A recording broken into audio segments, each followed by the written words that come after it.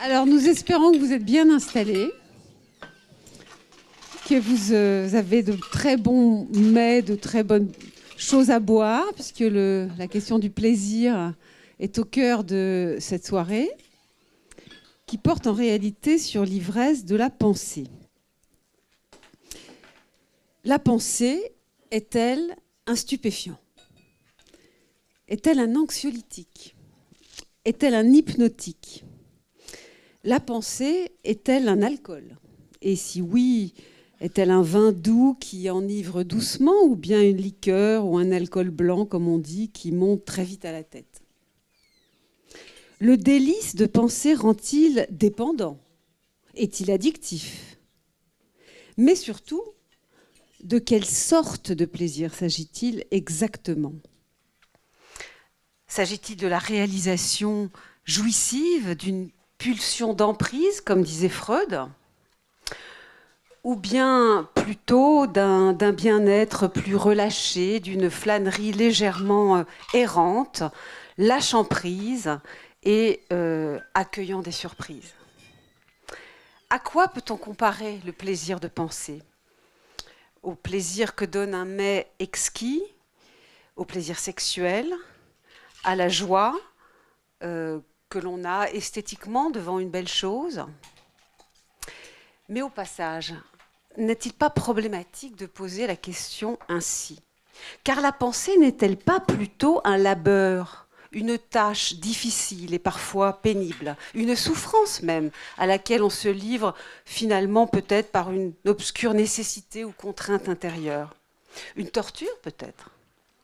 Et enfin, c'est une des dernières questions que nous poserons ensemble. Si ivresse de la pensée il y a, ne serait-elle pas aussi dangereuse? L'ivresse, n'est-ce pas aussi l'atteinte d'un sentiment de puissance, voire de toute puissance, dont il faut repérer les risques, voire les dégâts? Ne s'agit-il pas d'une inhibition qui peut faire du mal, et notamment pourrait violenter le réel en lui imposant des théories totales, arrogantes, outrées, indues? C'est de tout cela que nous allons parler ensemble, et donc j'accueille pour cette conversation Camille Riquier, professeur de philosophie et doyen de la faculté de philosophie de l'Institut catholique de Paris, spécialiste en particulier de Bergson, mais pas seulement.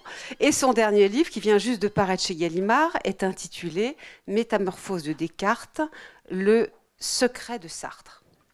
Et Michael Fessel, professeur de philosophie à l'École polytechnique, co-directeur de la collection L'Ordre philosophique au Seuil, auteur de plusieurs ouvrages, dont le dernier vient lui aussi de paraître récemment au PUF et s'intitule Quartier rouge, le plaisir et la gauche. La notion de plaisir, qui est au cœur de votre dernier ouvrage, Michael, fait que je vous pose directement notre question. Est-ce un enjeu pour vous? On se dit vous, parce que c'est comme ça. J'ai l'habitude, quand il y a des micros et des caméras, de dire vous.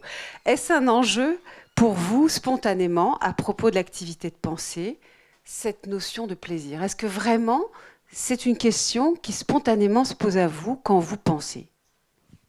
Merci beaucoup, bonjour à toutes et à tous. Et pour répondre tout à fait clairement, en vérité, la question du plaisir m'intéresse, ou m'a requis en tout cas pour le travail que vous avez cité, mais pas tellement sur le mode, ce qui fait que j'y m'y suis un peu préparé, du plaisir de la connaissance, ou du plaisir du savoir, ou du plaisir qui est lié à la philosophie. Pour la raison que vous avez d'ailleurs indiquée, c'est que la philosophie suppose, on l'oublie parfois, aussi une discipline, un labeur, peut-être une forme d'ascèse, parce que nous sommes au fond séparés de la vérité, parce que nous n'aurions pas besoin de philosophie si nous partions du principe que les choses vraies nous étaient données là dans une évidence joyeuse. Il y a toute une tradition philosophique qui consiste à penser que pour s'élever à la vérité, il faut justement essayer de rompre avec le sentiment immédiat de la jouissance corporelle avec laquelle nous sommes, ou de laquelle nous sommes dépendants. Alors la difficulté de savoir si le plaisir est lié à la philosophie, je dirais qu'elle est certainement liée aussi au fait, peut-être aussi liée à l'ivresse d'ailleurs, au fait que la philosophie c'est une discipline, c'est pas la seule évidemment, mais c'est une discipline qui nous met en rapport avec des choses qui sont plus grandes que nous, plus fortes que nous. Et s'il y a un lien, par exemple, il y a un lien attesté historiquement, au moins depuis Platon, entre la philosophie et l'ivresse, entre une forme de jouissance conquise sur notre propre corps, on voit ça dans le banquet, où au fond, le banquet, ce n'est d'abord qu'une ripaille entre personnes, ou entre hommes d'ailleurs, qui sont tous plus ou moins ivres, sauf Socrate. Et toute la force de Socrate, d'ailleurs, est de dire, quand Alcibiade arrive, Alcibiade, c'est un peu c'est le beau gosse de l'époque, c'est celui qui est empreint de tous les désirs des hommes qui se retrouvent réunis là. Et évidemment, celui qui lui résiste, c'est Socrate, c'est-à-dire le plus laid résiste au plus beau. Et évidemment, c'est la manière dont Socrate a trouvé de s'adresser au fond à Alcibiade, de le charmer en un sens, que de ne pas être ivre là où les autres sont ivres, de ne pas être dépendant de son, en apparence du moins, de sa beauté là où les autres sont tous aliénés à elle. Et Alcibiade, de ce point de vue-là, il est amené, ça répond peut-être partiellement à votre question, à commencer à faire de la philosophie lorsque Socrate lui dit mais le vrai plaisir, ce n'est pas celui dont tu vis littéralement, ce n'est pas celui dont tu es en quelque sorte le héros, qui est le plaisir, je dirais, physique, le plaisir charnel, c'est le plaisir de découvrir la vérité. Et l'argument de Socrate, donc de Platon, est assez intéressant parce qu'il ne consiste pas à dire simplement que le plaisir est par définition mauvais ou hostile à la pensée. Il essaie de déplacer le lieu de notre plénitude. C'est-à-dire la vraie jouissance, le vrai plaisir, il se situerait du côté de la connaissance. Et pourquoi ? Parce que le plus grand plaisir, c'est celui qui nous vient de ce qui est plus grand que nous, en quelque sorte. C'est le sentiment d'adhérer ou d'avoir une adéquation à ce qui est plus grand que nous, en l'occurrence ici la connaissance.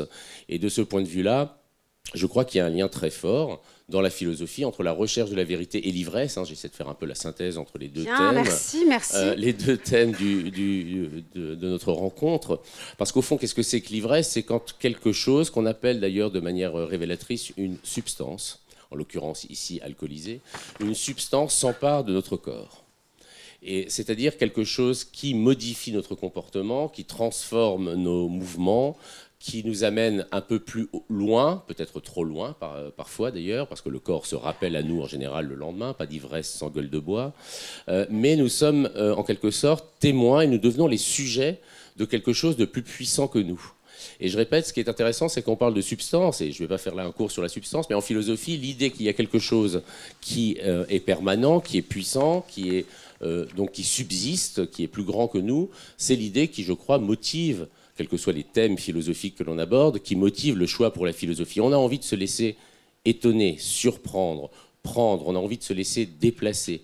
Et les manières de se laisser surprendre, déplacer, ne sont pas toutes, du moins c'est le point de vue de la philosophie, référées à nos expériences corporelles. Il y a des manières aussi d'exulter par la pensée. Quand une vérité, alors pour le dire de manière plus concrète, au fond, un plaisir philosophique, ou un plaisir lié à la vérité, c'est un moment où, par une lecture en général, mais ça peut être aussi par une discussion, par un dialogue, tout d'un coup quelque chose s'impose à moi, à quoi je n'avais pas pensé auparavant. C'est donc un plaisir qui n'est pas précédé par un désir. Je n'avais pas l'idée qu'au fond, il puisse y avoir une vérité sur la justice, une vérité sur le corps, une vérité sur la science, par exemple. Je n'avais pas une idée, au fond, de ce que quelque chose de plus grand que moi pouvait néanmoins me correspondre. Et plus grand que moi, pour nous, ça veut dire quoi ? Ça veut dire Platon, ça veut dire Descartes, ça veut dire Bergson, ça veut dire Kant.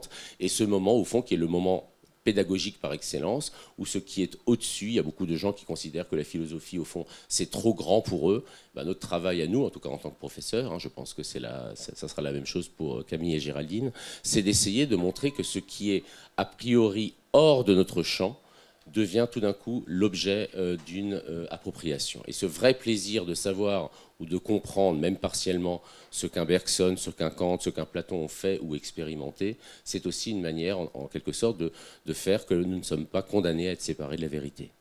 Alors évidemment, ce qui est très fort dans ce qui vient de nous être dit, c'est que Michael Fessel a réussi en un topo à réunir le plaisir d'emprise, parce que c'est quand même ça chez Socrate, avoir mis la main sur la vérité, et le plaisir de l'inattendu, que vous avez souligné à la fin, où en cheminant, quelque chose me tombe dessus. Donc en fait, on a vraiment eu là les deux versants du plaisir. que j'avais essayé de distinguer au début. Donc merci beaucoup. Et qu'est-ce que vous en pensez, Camille Riquier? Est-ce que le spécialiste de Bergson que vous êtes pense que dans le mouvement de la pensée, au fond, il y a un mouvement qui est celui même du vivant, avec justement ces deux aspects, un désir de maîtrise et une capacité à se laisser surprendre?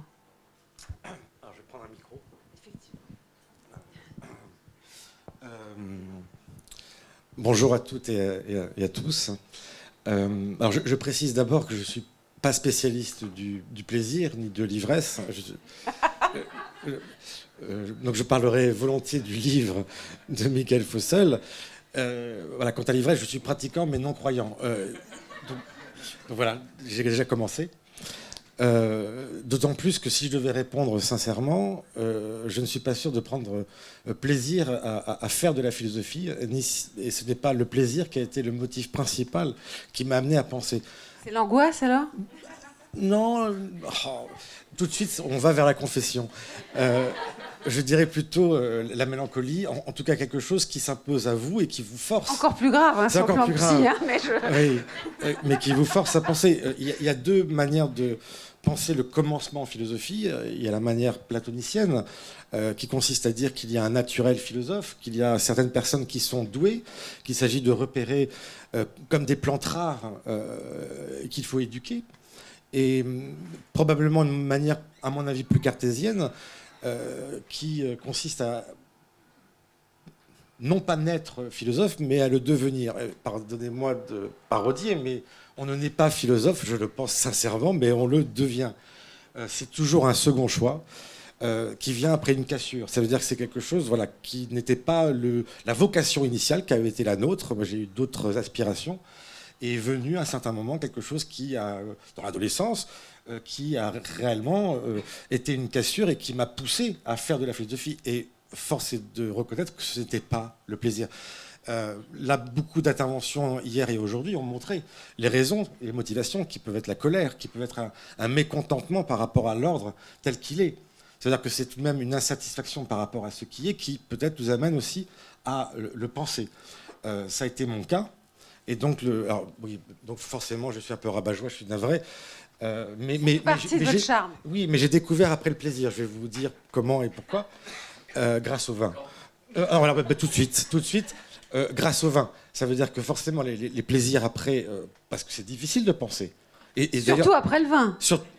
Non, pas, voilà, mieux avec le vin. Pas nécessairement. Bon. Non, ça peut aider.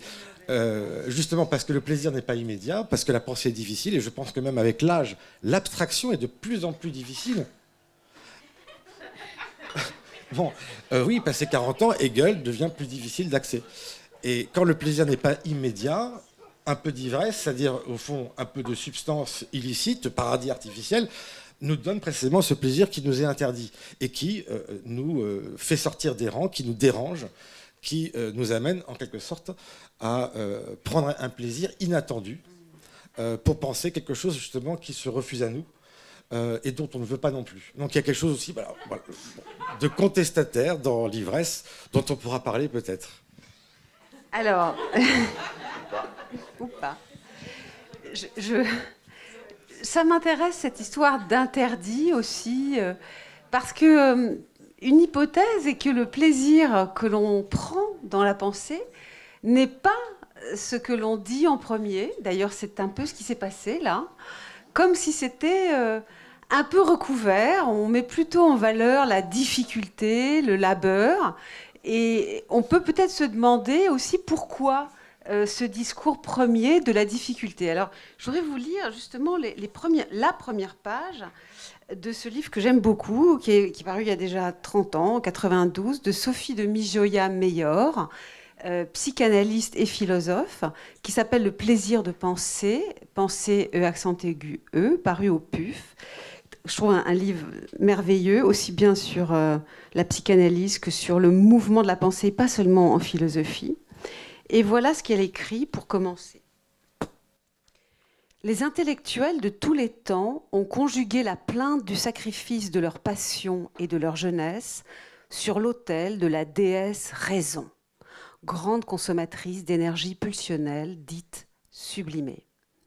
Les pages des livres enferment comme des herbiers la mémoire de ces visages penchés qui se parcheminent au fil des ans.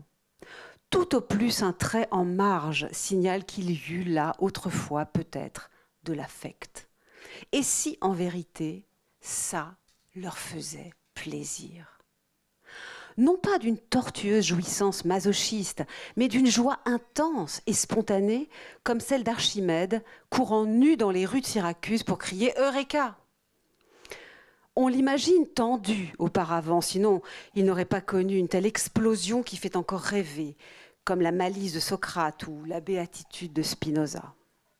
Mais ces efforts de pensée, nous les assimilons le plus souvent à une peine, et non à la quête d'un plaisir préliminaire qui serait celui de la construction et de l'invention des hypothèses.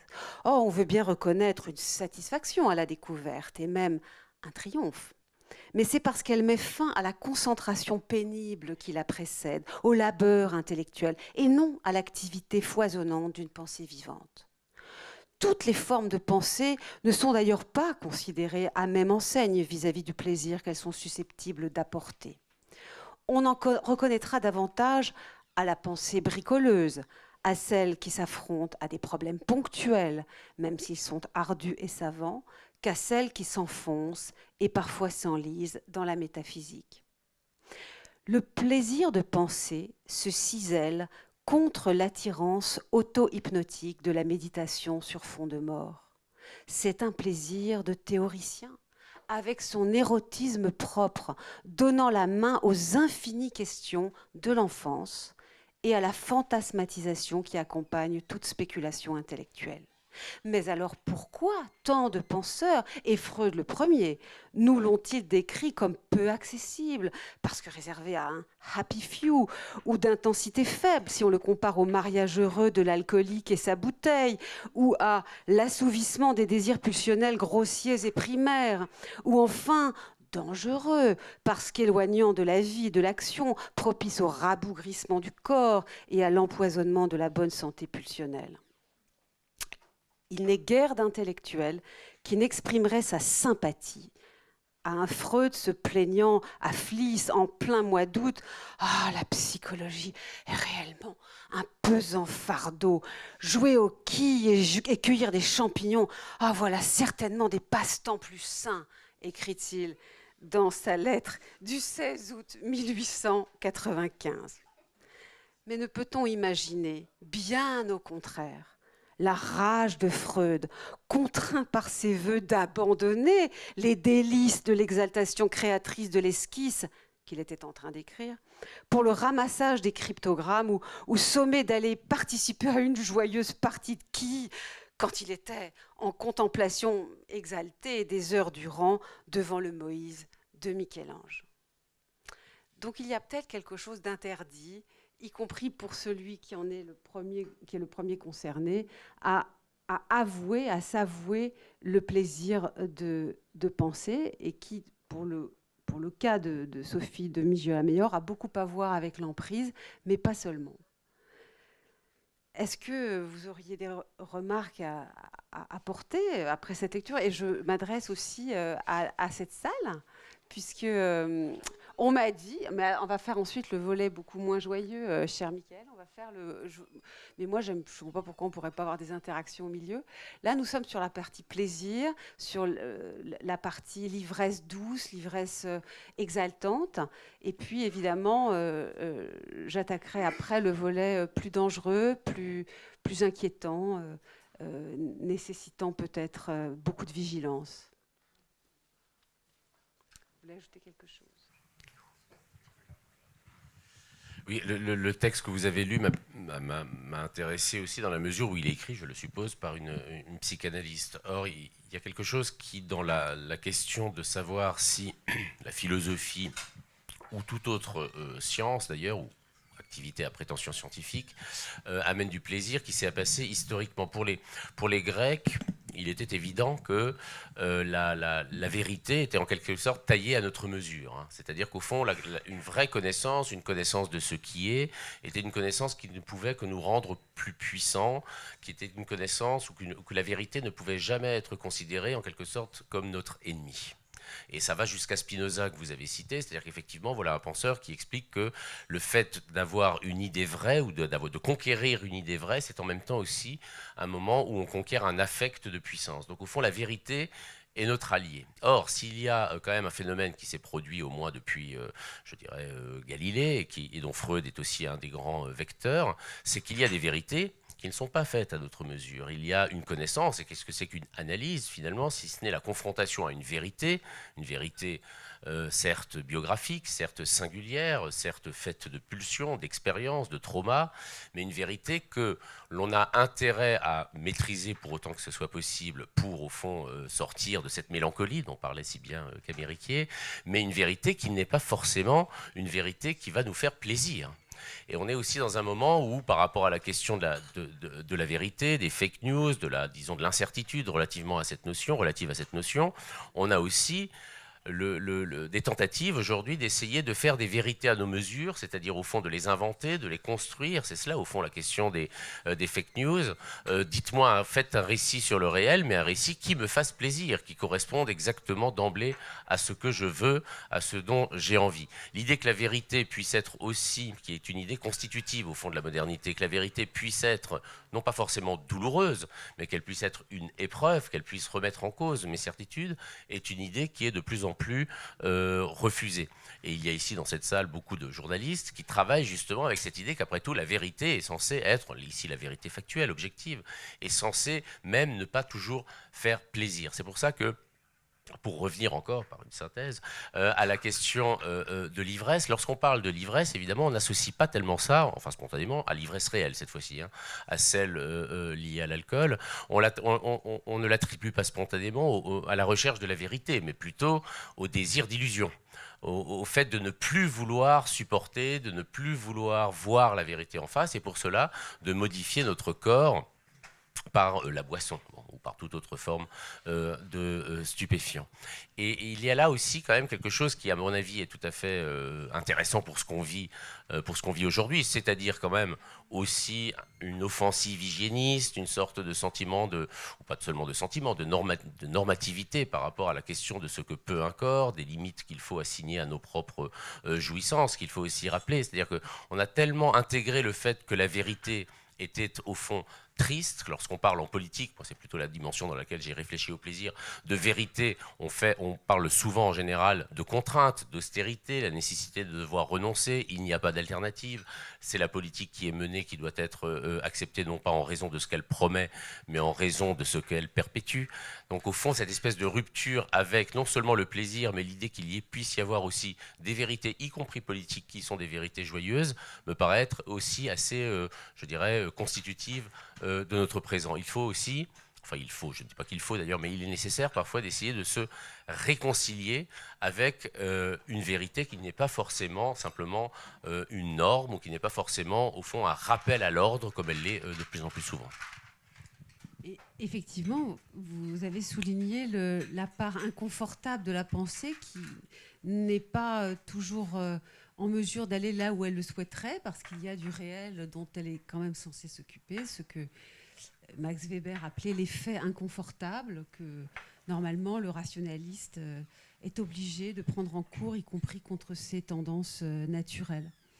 Camille Riquier, vous seriez d'accord de dire que finalement, nous nous éloignons quand même beaucoup du modèle, dans ce que nous venons de dire, du modèle strict de l'ivresse, c'est-à-dire de l'analogie ou de la comparaison plus exactement avec l'ivresse de l'alcool. J'en suis pas si sûr. Enfin, c'est pour ça que ça me plaît bien là que parce que évidemment l'ivresse de la pensée, c'est d'abord un oxymore, puisqu'on s'imagine concernant la pensée à la sagesse, à une maîtrise de soi, à un monde précisément dont on a une représentation qui permet en quelque sorte de s'y ajuster et de le maîtriser. Et l'ivresse, c'est tout le contraire. C'est rabattu sur le corps, c'est la dépossession de soi, c'est la perte de contrôle. Donc il y a d'abord, en quelque sorte, déjà une contradiction dans cette idée d'une ivresse de la pensée. Mais est-ce que l'ivresse, pour le coup, lorsqu'il s'agit de la pensée, ne doit se prendre qu'au figuré? J'en suis pas sûr. C'est que lorsqu'on est ivre, c'est corps et âme. On touche quelque chose justement de névralgique qui touche à la charnière du corps et de l'esprit. Et donc je suis pas sûr qu'on doive prendre l'ivresse en un sens simplement métaphorique. D'autant plus que les symposiums, enfin les banquets, chez Platon, Alcibiade et la plupart, sauf Socrate, comme l'a rappelé. Sauf Socrate. Mais, oui, mais alors on va expliquer. Mais ils étaient tous ivres, mais d'une ivresse réglementée. Les banquets étaient réglementés. Il ne s'agissait pas de boire n'importe comment. Et Alcibiade fait un éloge de Socrate, ivre, mais néanmoins véritable, véridique, que Platon ne condamne pas en raison même de son ivresse. Et dans les lois ou ailleurs, il le dit. C'est-à-dire qu'il y a évidemment cet équilibre très difficile de l'alcool. Alors, le cocktail fonctionne aussi bien, qui est à la fois un filtre d'amour et un élixir de vérité. C'est quand même in vino veritas. C'est à ce moment-là, même moi, après 2 cocktails, où je peux davantage me livrer sincèrement, d'ailleurs de façon improvisée. Lorsqu'on n'a rien écrit, on est obligé de dire la vérité. On se protège derrière un texte pour se protéger soi et déjà contourner la question qui nous est posée. Donc voilà, et la dépossession est aussi nécessaire. Alors on appelait ça aussi bien le délire, l'inspiration, l'enthousiasme. L'enthousiasme, littéralement, enthousiasmo, il y a Théo, c'est le Dieu qui nous possède. Et le vin était un don des dieux, un don de Dionysos. C'était un don divin, littéralement, qui nous permettait de penser plus qu'on ne pouvait penser. Et se mettre précisément à la hauteur de ce qui nous dépasse normalement, qui est plus fort, qui est plus grand que nous. Et sans cela nous écraserait, nous terrifierait. Enfin, moi, face à un Platon ou un Descartes, je ne suis pas à la hauteur. Je suis d'abord écrasé. Si je n'avais pas en quelque sorte ce goût, ce filtre magique parfois qui me donne un peu d'ambition, un peu de vantardise, je ne pourrais pas prétendre, en quelque sorte, chercher même à les comprendre. Donc voilà, il s'agit de trouver cet équilibre. On pourra continuer encore à en parler, mais c'est un équilibre qu'il faut trouver. Ah, une dernière chose. Non, une dernière chose. Pardonnez-moi, après j'arrête. Mais parce que vous avez insisté effectivement sur le filtre d'illusion. Mais il y a encore ce filtre de vérité, cet élixir de vérité. Il y a un réalisateur qui évidemment, il en parle en connaissance de cause, c'est John Ford, qui était un alcoolique notoire, mais dans tous ses films, il fait un éloge de l'alcool. Précisément dans ces mondes injustes qu'il s'agit de bâtir. Et vous verrez, par exemple, les journalistes sont alcooliques. Pourquoi? Parce que dire la vérité, ça demande du courage. Et c'est dans L'homme qui tua Liberty Valance, Peabody, il voit sa bouteille vide et dit « No courage left ». Il me manque le courage. Donc parfois, dans un monde difficile, injuste, eh bien, il faut en quelque sorte un peu de déraison pour pouvoir le braver. Et quand on est journaliste et qu'on doit dire la vérité, voilà, il faut ce petit plus, voilà, qui permet cette immaîtrise. Voilà. J'ai l'impression, dans ce que vous venez de dire, qu'au fond, l'ivresse, la vraie alcoolique, permet de dire la vérité, Je vous cite, et donc de ne pas être dans une ivresse de la pensée qui partirait n'importe où dans ses conforts. Au contraire, l'ivresse donne cette audace de se confronter à quelque chose face à quoi il ne faut pas être ivre dans la pensée, il faut être sobre, il faut reconnaître les faits, la vérité, etc. Donc au fond, c'est un pro-ivresse, comment dire, c'est une parole bienveillante pour la bouteille qui néanmoins est au service d'une vision de la pensée comme tout le contraire d'une ivresse, c'est-à-dire une pensée courageuse qui ne se laisse pas partir loin de la réalité, quoi. Vous n'êtes pas d'accord? C'est pas tout à fait ça. Il faudrait juste préciser Mais bien sûr. Camille, sur la réglementation dans le banquet. D'abord, le vin était chaud, chacun le sait. Et qu'ensuite, il y avait une sorte... C'est le concept de mania qui nous le fait comprendre. Il y avait une mania positive et une mania négative. La mania positive, c'était de boire à volonté, en échangeant les baisers à travers le vin, jusqu'à atteindre un niveau d'ébriété ou d'effervescence alcoolique et éthylique qui empêchait d'aller vers l'ivresse. C'est-à-dire de tomber dans la mania négative, qui est celle du soulard, qui ne pense plus du tout, qui ne fait que gesticuler, que crier. Ce niveau, ouais. Et donc on peut dire que l'ivresse de la pensée atteint le plaisir lorsqu'elle évite l'ivresse. C'est lorsqu'elle s'arrête juste au moment avant de tomber. C'est une question de réglementation. C'est une question, quand on dit de quelqu'un qu'il est un bois sans soif, c'est précisément là, c'est l'ivresse antiphilosophique, parce que ça veut dire boire sans avoir le désir, sans en avoir même perdu, je dirais, ce qui fait quand même la tension vers l'état qu'on veut atteindre, qui n'est pas forcément la vérité, mais l'état de plénitude. On pourrait dire, au fond, bon, il y a deux manières d'être ivre. Il y a être ivre pour ne plus rien voir, et il y a être ivre pour voir autrement. Et au fond, en philosophie, les philosophes qui ont un peu soutenu l'ivresse, parce qu'il y a des apologues et il y a aussi des attaquants, si je puis dire, les apologues, c'est ceux qui sont pour l'ivresse, ou qui ont fait de l'ivresse un thème philosophique positif. C'est Platon, c'est Nietzsche, qui par ailleurs n'étaient pas des philosophes tellement sur la même ligne ou longueur d'onde, et c'est Deleuze. Et ceux-là ont toujours réfléchi, d'une manière ou d'une autre, à la question de l'ivresse en partant de la question de la limite. Il y a des pages de Deleuze, mais c'est aussi présent dans son abécédaire, où il dit la question de l'ivrogne, c'est la question de... Enfin, plutôt, c'est pas la question, c'est l'affirmation, c'est aller encore un dernier verre. Il dit encore un dernier verre, et ce qu'il veut dire par là, c'est l'avant-dernier. C'est-à-dire qu'en réalité, le dernier verre, c'est celui qui est rituellement demandé pour qu'on ne reste pas tout seul avec son ivresse. Alors on se dit, on va en prendre un dernier, sachant qu'en fait, il n'y a pas plus calculateur qu'un ivrogne. C'est-à-dire l'avant-dernier avant celui qui sera celui vraiment de trop. Et celui de trop, c'est celui qui fera que je ne pourrai plus boire le lendemain. Ce n'est pas celui qui va me rendre malade à en crever. C'est celui qui fait que cette ivresse va être, parce que il faut aussi être réaliste relativement à l'ivresse, c'est un phénomène qui ne va pas sans la gueule de bois. C'est-à-dire sans ce moment de retour au réel. Et la question fondamentale de l'ivresse et de la philosophie, c'est de savoir si quand on retourne au réel, on retourne à la vérité. Et ça n'est pas si certain en réalité.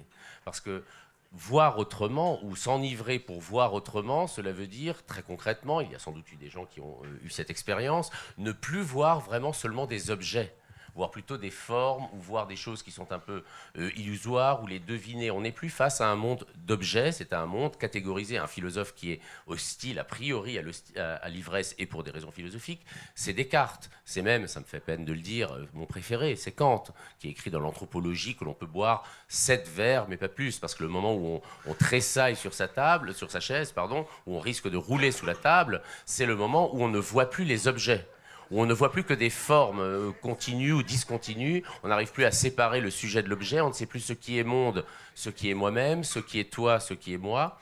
Or, au fond, il y a deux grandes catégories de philosophes. Il y a ceux qui pensent que la vérité, c'est l'objectivité, donc la réalité. Et ceux-là sont en général assez hostiles à l'alcool. Et il y a ceux qui pensent, comme le disait Michaud à propos de la drogue, cette fois-ci, qu'il y a une connaissance par les gouffres. Il y a un très beau texte de Michaud à propos de ses expériences de mescaline, où il dit que c'est au moment où on ne voit plus seulement des objets, où on voit par-delà les objets, et non pas en deçà des objets, qu'on accède à une certaine vérité. Quand j'ai réfléchi sur la notion de plaisir, j'ai appelé ça le plaisir et la gauche. Alors la gauche, il y a la dimension politique, mais avant la dimension politique, il y a la dimension gauche. Être gauche, ne pas être adroit, être maladroit, ne pas s'y retrouver, être en guerre avec le monde des objets. L'ivrogne, c'est quelqu'un qui est en guerre avec... l'ivrogne, c'est quelqu'un qui est en guerre avec les objets et qui décide de gagner cette guerre, c'est-à-dire de ne plus avoir à faire seulement, ce qui le mène parfois à des excès, à des choses fines, à des choses... L'ivrogne peut dire aussi des choses extrêmement, je dirais, malvenues.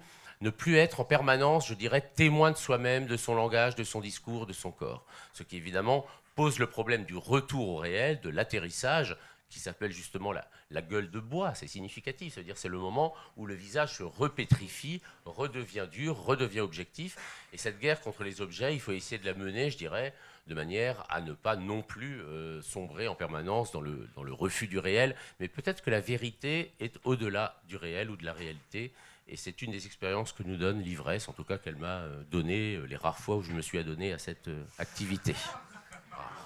Mais précieuse. Qui veut prendre la parole ?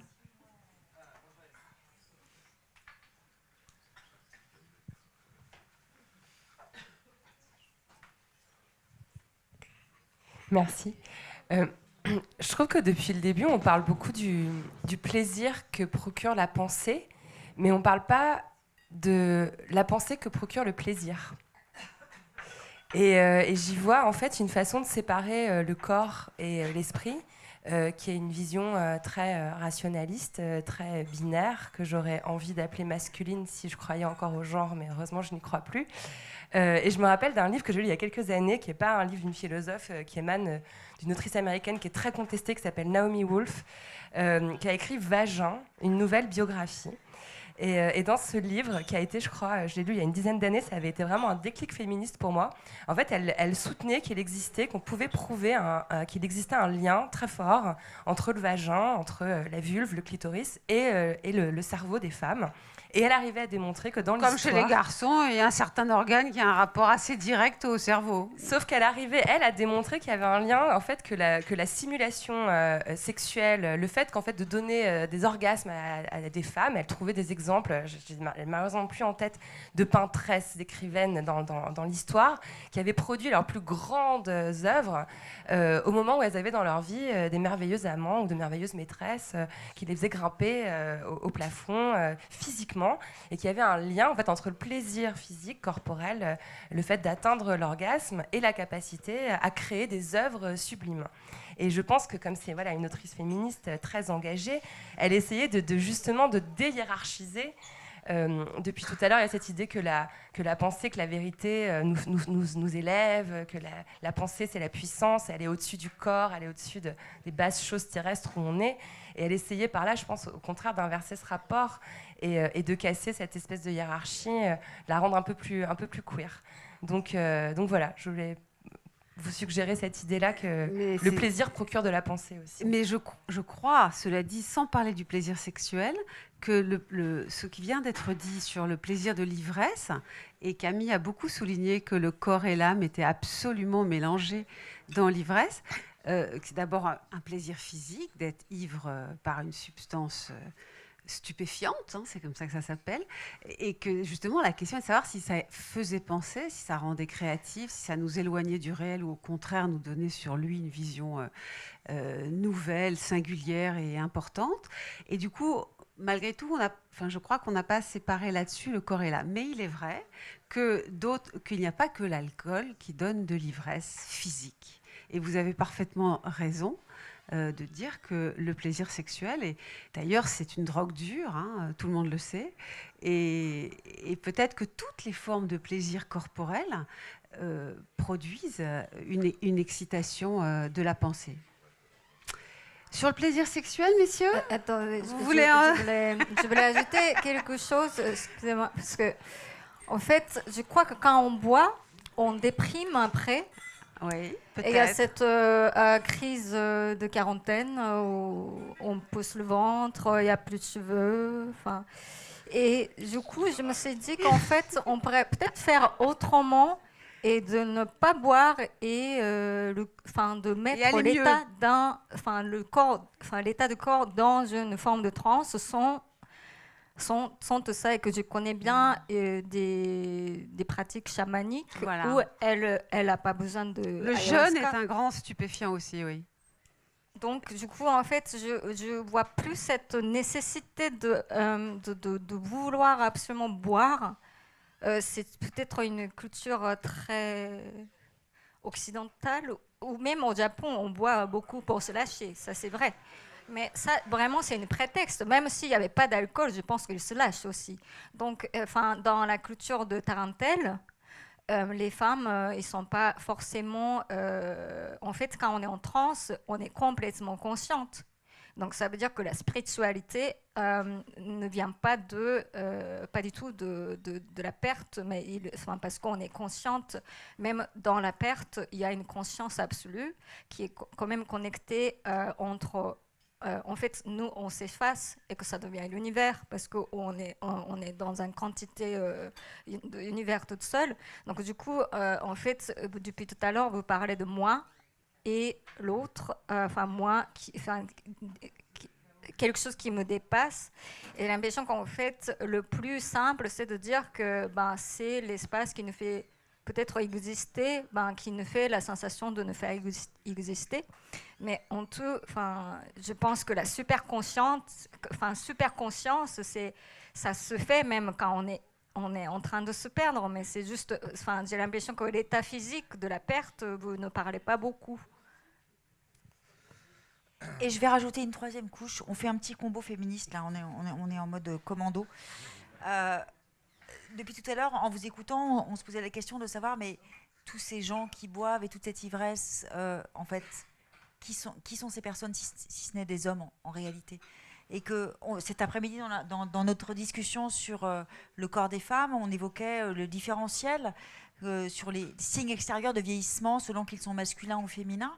Et je crois qu'on peut appliquer ce même prisme à cette question de l'ivresse et de la boisson, parce que finalement, il y a une sorte de mythe et d'idéal et d'exaltation de l'ivresse masculine, de ces hommes qui ont même fait des œuvres entières, comme Bukowski, sur cette expérience de vie dans l'ivresse.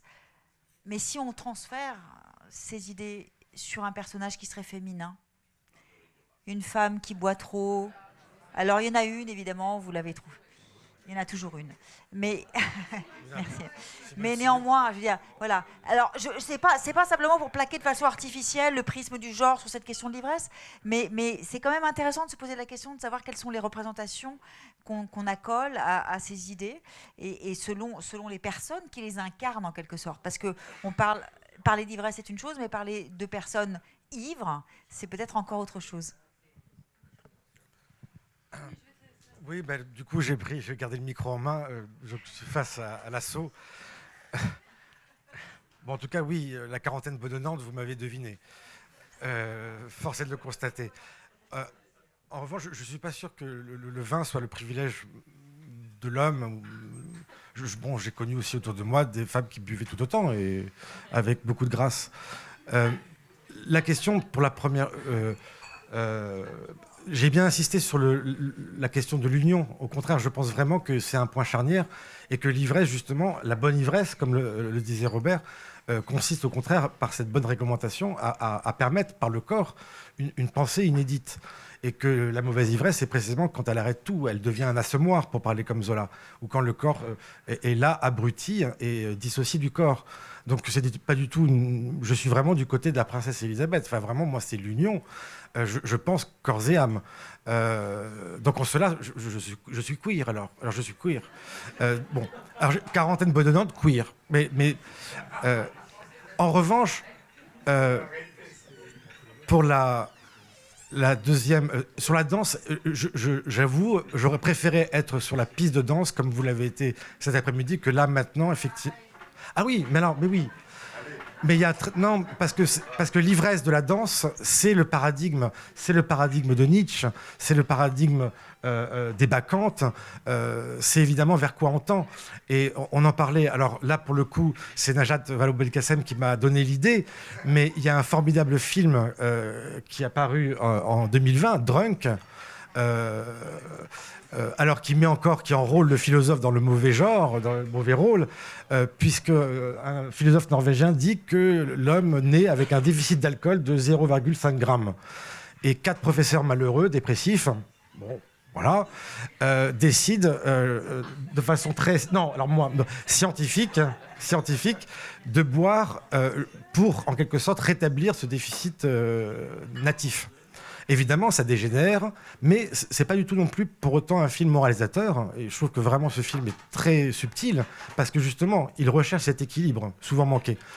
Et la note finale est la plus merveilleuse puisque c'est à ce moment-là, en quelque sorte, que l'ivresse est célébrée, où elle, pour le coup, nous réconcilie, puisque Mads Mikkelsen, et là c'est la part féminine en moi qui parle, et je trouve qu'il est effectivement très beau, très élégant, boit avec ses collégiens qui ont réussi leur diplôme et se met à danser. Et à danser de manière débridée, mais en même temps contrôlée, magnifique. Et où il représente, si je puis dire, matériellement l'ivresse qu'il avait recherchée, d'une certaine manière, pendant tout le long du film, mais maladroitement. Et là, il y a effectivement une sorte de conjugaison de l'âme et du corps dans cette danse finale, cérémonielle, magnifique. Donc, effectivement, c'est une manière de danser. C'est-à-dire, ou alors, pour parler comme Nietzsche, cet équilibre que nous cherchons, c'est d'apprendre à danser avec des chaînes. Nous sommes enchaînés, mais en même temps, dansons avec elles. Et c'est ce qu'il fait merveilleusement dans ce film. Donc voilà, en tout cas, je cherche la réconciliation. C'était une manière de...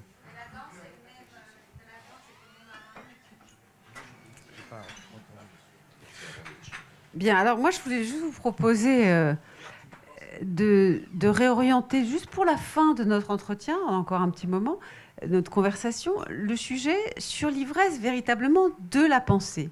Parce que je vous trouve très prolixe sur la picole. Ça m'intéresse. Parler de la drogue. De l'ivresse et des drogues et des plaisirs qui aident à penser, handicapent la pensée, stimulent la pensée. On a tous des avis différents. Mais au fond, notre sujet est aussi l'ivresse de la pensée elle-même, quels que soient ses stimulants ou ses dopants. Et sur ce sujet, il y a quand même quelques philosophes qui ont prononcé des mises en garde qui renvoient un petit peu à ce que vous disiez tout à l'heure, Michael, sur le risque de ne plus se laisser arrêter par une réalité inconfortable qui exige de la sobriété, qui n'est pas vraiment très excitante. Et je pense en particulier, dans le sillage de Nietzsche, mais pas sur le sujet que vous venez de dire, la pensée d'Adorno. Alors, je n'ai pas trouvé le mot ivresse chez Adorno, même si je n'ai pas renoncé complètement à le trouver. Mais j'ai trouvé le mot ensorcellement, qui est négatif, dans la dialectique négative, le risque de l'ensorcellement de la raison, qui est dénoncé. Il parle aussi d'une rationalité déchaînée ou débridée, échappant, je cite encore, à elle-même, et qui devient alors fausse et véritablement mythologie, la notion de mythologie étant essentielle chez lui. Il ajoute d'ailleurs le diktat, donc vous voyez, c'est vraiment pas quelque chose de libérateur, ni même de créatif. Pour lui, le diktat de son autarcie, parce que le propre de la pensée mythologique est totalement ivre d'elle-même, c'est d'être dans une autarcie. Donc le diktat de son autarcie condamne la pensée au vide. Ce qui m'a aussi intéressé, que je voulais vous soumettre, parce que c'est un peu difficile de faire une lecture d'Adorno, on peut prendre juste comme ça des morceaux pour essayer de comprendre un peu ensemble, c'est plus suggestif. Ce qui est intéressant, c'est qu'il y a un passage dans Dialectique négative où il dit mais le pensée, comme il dit, peut corriger cela, éviter sa tendance mythologique qu'il dénonce. Et dans ce cas, en vérité, il le dit assez tôt dans le livre, il connaîtra le vrai vertige. C'est-à-dire, pour le coup, la notion de vertige est dans le livre. Et le vrai vertige, ce qui donne le vertige, dit-il, est précisément, on a envie de dire, la pensée dégrisée, quoi. La pensée qui n'est plus grisée, par elle-même. La pensée qui, comme il le dit un peu plus loin, a compris qu'elle n'avait plus le droit d'espérer la totalité. Bref, cette pensée qui se surveille. Et je vais vous proposer une lecture de cette pensée difficile, mais finalement vertigineuse, encore plus que l'ivresse.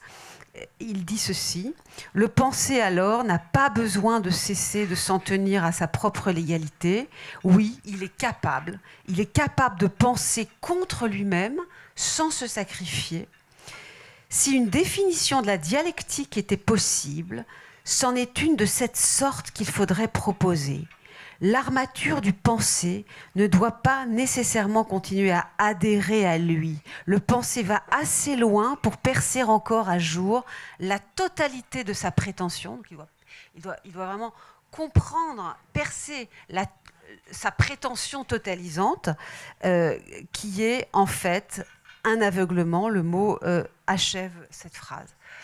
Est-ce que vous pensez que cette discipline vertigineuse contre l'ivresse ensorcelante de la rationalité a des choses à nous apprendre? Je crois que la formule était dans le passage que vous avez lu au début, enfin celle qui dit la mauvaise ivresse, ou l'ivresse qui est au fond une ivresse totalisante, sinon totalitaire, c'est quand il a écrit « ivre de soi-même ». Alors, ivre de soi-même, il y a des gens qui sont ivres d'eux-mêmes, c'est-à-dire qui ne sont pas ivres d'autre chose que d'eux-mêmes, précisément. C'est-à-dire qui ne sont pas, eux, des alcooliques, pour le coup, en règle générale, mais des ascètes parfaitement, je dirais, conscients de s'apporter à eux-mêmes l'expérience de franchir la limite, de se suffire à eux-mêmes, cette espèce de fantasme de l'autonomie, peut-être, là je l'accorderais volontiers, qui est un fantasme de puissance masculiniste, d'indépendance à l'égard de l'altérité.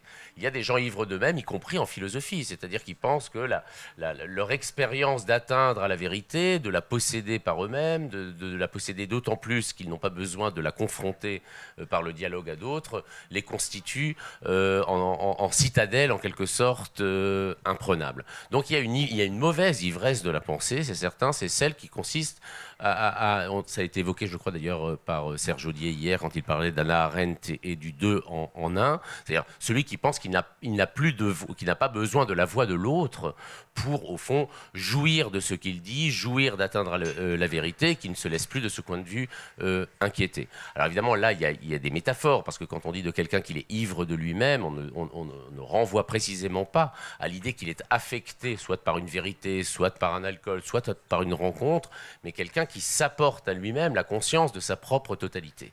Je suis tout et rien n'a besoin de rentrer dans ce tout. C'est une tendance philosophique, c'est aussi une tendance politique, c'est-à-dire cette tendance, au fond, monarchisante, en quelque sorte, qu'on trouve parfois, de pouvoir que le pouvoir est intégralement dépendant de sa propre personnalité. Je n'ai pas besoin de faire un pas hors de moi-même.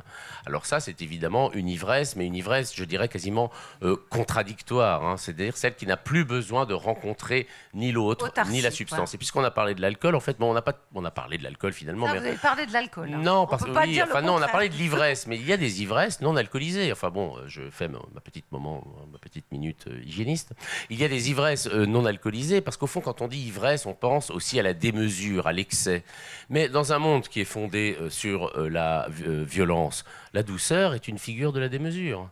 La tendresse est une forme de démesure dans un monde qui est mesuré par la concurrence et par la puissance.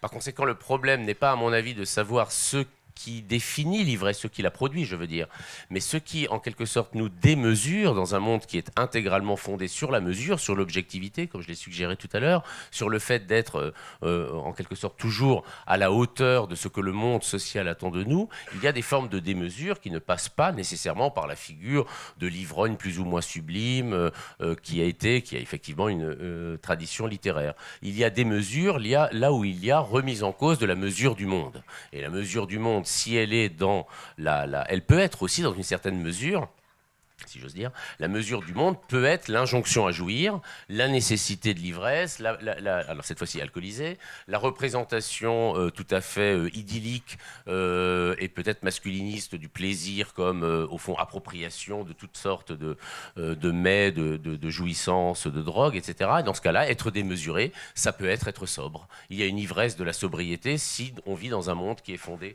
fondamentalement sur l'excès alcoolisé. Le problème, à mon sens, n'est pas de faire des bons et des mauvais objets, mais de réfléchir au rapport que nous entretenons avec ces objets et de ne pas faire en sorte que même l'ivresse devienne une norme. Merci. Je passe la parole à Charlotte. Oui, j'aimerais convoquer la figure de l'enfant, parce que quelque part dans l'ivresse, il y a cette idée d'enthousiasme, d'euphorie.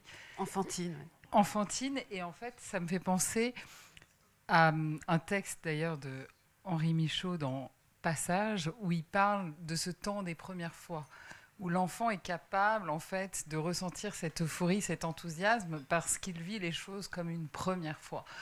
Et c'est ce moment de rencontre qui produit quelque part cette sensation d'ivresse, mais qui n'est pas produite quelque part par une substance ou par de l'alcool, mais par un regard neuf sur le monde qui heurte une sensibilité à vif. Et est-ce qu'il n'y a pas cette... Enfin, ça me fait repenser aussi à des phrases de Nietzsche ou de Baudelaire, par exemple, sur le génie, c'est l'enfance retrouvée à volonté, par exemple. Et est-ce qu'il n'y a pas quelque chose aussi à regarder du côté de cette sensibilité de l'enfance qui a été peut-être abîmée ou perdue ? Alors le mélancolique va donc, je rigole, en tout cas disons que dans la question, me semble-t-il, il y a aussi l'idée un peu du paradis perdu. Finalement, la vraie ivresse sans aucune substance, c'était celle que nous avions eue au début de notre vie, peut-être. Et encore, il faut aussi dire pas tout le monde, et il n'y a pas que de la sensibilité heurtée n'est pas faite que de plaisir, hein. Il y a aussi un traumatisme du rapport au réel dans l'enfance plus ou moins grave, et est-ce que nous sommes toujours, en philosophie un peu, les orphelins de cette enfance qui a eu lieu et que nous ne retrouverons jamais? Alors oui, non, mais j'ai pas voulu non plus camper j'ai campé un personnage qui n'est pas toujours moi, je vous rassure. Mais en revanche, effectivement, moi aussi, j'aurais ma petite note hygiéniste parce que je m'accorde. En fait, ce qu'il s'agit, c'est toujours cette démesure, surtout si la démesure est elle-même la norme. Et parfois, on se demande effectivement si, lorsque l'on boit ou lorsqu'on use d'artifice, ce n'est pas pour retrouver ces premières fois dont tu parles, Charlotte. Cette première fois où on voit le monde comme on l'a jamais vu et auquel on s'est habitué et qu'on a perdu en quelque sorte avec l'âge. Et c'est cela, Bergson disait que lorsqu'on rit, lorsqu'un adulte rit, il y a quelque chose de l'enfant qui rit en lui. C'est une gaieté en quelque sorte qui est renfouie, qui le rappelle à ses souvenirs les plus anciens. C'est d'ailleurs pourquoi parfois la gaudriole fait autant rire, c'est que c'est l'enfant qui rit en nous. Et oui, donc c'est cette fraîcheur, en tout cas j'essaye moi de retrouver ces souvenirs sacrés que j'avais quand j'avais 15-20 ans et qui sont véritablement cette ivresse naturelle, je le dis, que j'avais, cet enthousiasme, cette admiration que j'ai parfois perdue, mais auquel je me raccroche et qui me donnait littéralement à penser, parce que je pensais plus haut, plus loin que moi. Donc je reste cet enfant par le souvenir sacré que j'en ai et qui parfois me dispense de cette ivresse artificielle dont il faut encore une fois garder la juste mesure. Il s'agit vraiment de boire avec modération, ce n'était pas du tout un encouragement. Et pour le dire, je reviens sur même Platon, c'est le mot de pharmakon qui a tant été étudié par Derrida, pharmakon, qui veut dire aussi bien le remède que le mal, selon l'usage qui en est fait. Et le mot drogue le dit aussi bien, puisque la drogue, c'est le médicament, mais si on en fait un abus, ça devient effectivement excessivement nocif. Donc, encore une fois, tout est dans cet équilibre, qui est encore une fois une manière encore de composer à mes corps. Voilà. Merci. Donc tout le monde finit sur la sobriété, je vous félicite.